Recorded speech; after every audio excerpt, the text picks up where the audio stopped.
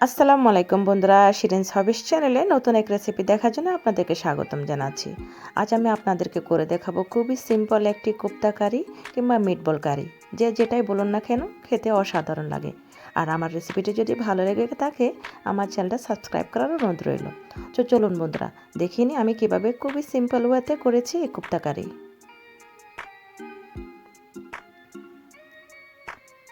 কোফতা কারির জন্য প্রথমে আমি কিমা নিয়ে নিয়েছি। এখানে আমি গরুর কিমা নিয়েছি, আপনারা চাইলে খাসির কিমা কিংবা মুরগির কিমা দিয়েও করতে পারেন। এবার এই কিমাতে আমি অল্প অল্প মশলা মিশিয়ে নেব। প্রথমে দিয়ে দিচ্ছি লবণ, দিয়ে দিচ্ছি ধনে গুঁড়ো, জিরা গুঁড়ো এবং হলুদ গুঁড়ো। এছাড়া দিয়ে দিব আদা রসুনের পেস্ট, দিয়ে দিচ্ছি একদম মিহি করে কাটা পেঁয়াজ এবং চিলি ফ্লেক্স।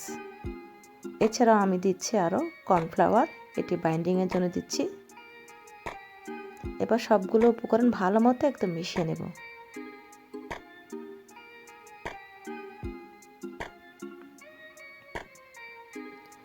মিশানো হয়ে গেলে এই কিমাগুলো থেকে আমি ছোট ছোট বল আকারে বানিয়ে নেব। এটা সাইজটা আপনাদের উপরে ডিপেন্ড করবে কে কেমনটা পছন্দ করেন, তবে আমি ছোট করে বানাবো। এটি দেখতেও সুন্দর লাগে আর খেতেও খুবই ভালো লাগে এবং ভেতর পর্যন্ত মশলাটা ঢুকে। এভাবে করে আমি সবগুলো কিমা বল বানিয়ে নিচ্ছি। আমাদের সবগুলো বল রেডি। এবার চলে যাব ভাজতে। ভাজার জন্য কড়াইতে আমি অল্প তেল দিয়ে দিলাম। এখানে খুব বেশি তেলের প্রয়োজন নেই, যেহেতু এটা আমি ডুবো তেলে ভাজবো না। এবার লো টু মিডিয়াম আছে আমি সবগুলো বল ভেজে নিচ্ছি।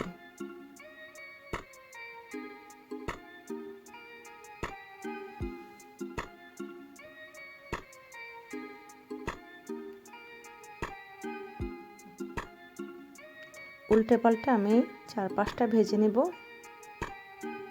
একটু ব্রাউন, হালকা ব্রাউন করে ভাজলে হয়ে যাবে, খুব বেশি কড়া ভাজতে হবে না, যেহেতু এটা আমি পরে আবার রান্না করব। আমি জাস্ট একটু ভেজে নিচ্ছি যাতে আমি গ্রেভিতে দিলে ভেঙে না যায়। ব্যাস, আমাদের মিটবলগুলো রেডি, আমি উঠিয়ে নিচ্ছি।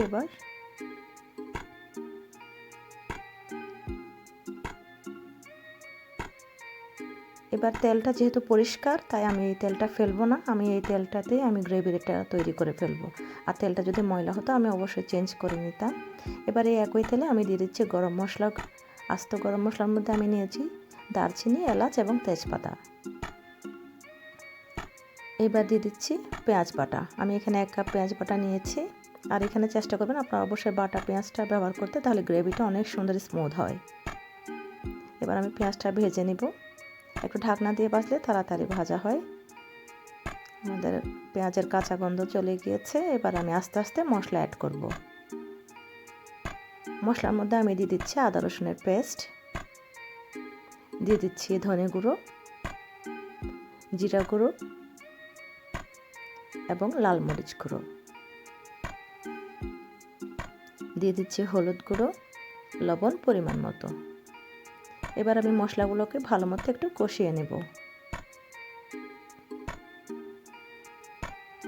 অল্প একটু পানি দিয়ে কষালে কষানোটা খুব ভালো হয়, তো আমি অল্প একটু পানি দিয়ে দিলাম। আবার ভালো মতো কষিয়ে নেব।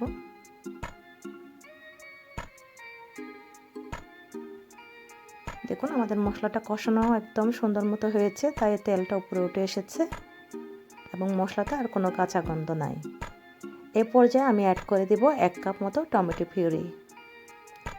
আপনাদের কাছে পিউরি না থাকলে আপনারা কেচাপ দিয়েও করতে পারেন, টমেটো সস দিয়ে। তবে এই ক্ষেত্রে আপনারা চিনিটা অ্যাভয়েড করবেন, যেহেতু আমি এখন শেষে একটু চিনি অ্যাড করব। আবারও ভালো মতো কষিয়ে নেব। আমি একটু ঢাকনা দিয়ে কষাচ্ছি যাতে সুন্দর মতো কষানোটা হয় এবং মশলার কাঁচা গন্ধটা চলে যায়। দেখুন আমাদের মশলা থেকে তেল উপরে উঠে এসেছে, তার মানে খুব ভালো মতো কষানো হয়েছে।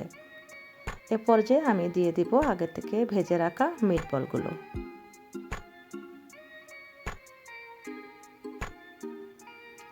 এখন একদম লো টু মিডিয়াম আছে আমি নেড়ে ছেড়ে একটু রান্না করব মিটবলগুলো, যাতে মশলাটা খুব সুন্দরভাবে ভেতরে ঢুকে।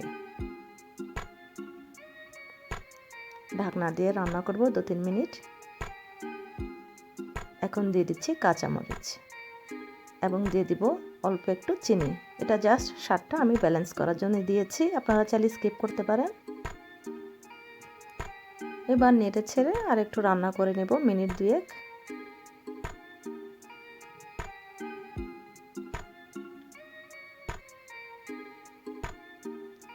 এবার ঢাকনা দিয়ে 1 মিনিট জাস্ট রান্না করব চিনিটা গলার জন্য। ব্যাস রেডি হয়ে গেল আমাদের মজাদার রসে ভরা টসটসা কোপ্তা কারি। এই মিটবল কারি কোপ্তা কারি আপনারা বানিয়ে একবার ট্রাই করবেন। এটি রুটি, পরোটা, পোলাও, বিরিয়ানি, নান সব কিছুর সাথে অসাধারণ লাগে। আর দেখুন বন্ধুরা, বাটা পেঁয়াজ দেওয়াতে কালারটা কতটা সুন্দর হয়েছে। আমি এখন সার্ভ করে দেখাচ্ছি দেখতে কতটা ইয়ামি হয়েছে। দেখুন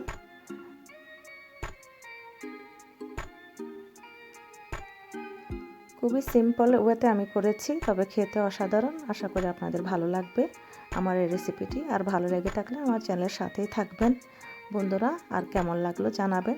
আর এতক্ষণ আমার সাথে থাকার জন্য আপনাদেরকে অসংখ্য ধন্যবাদ।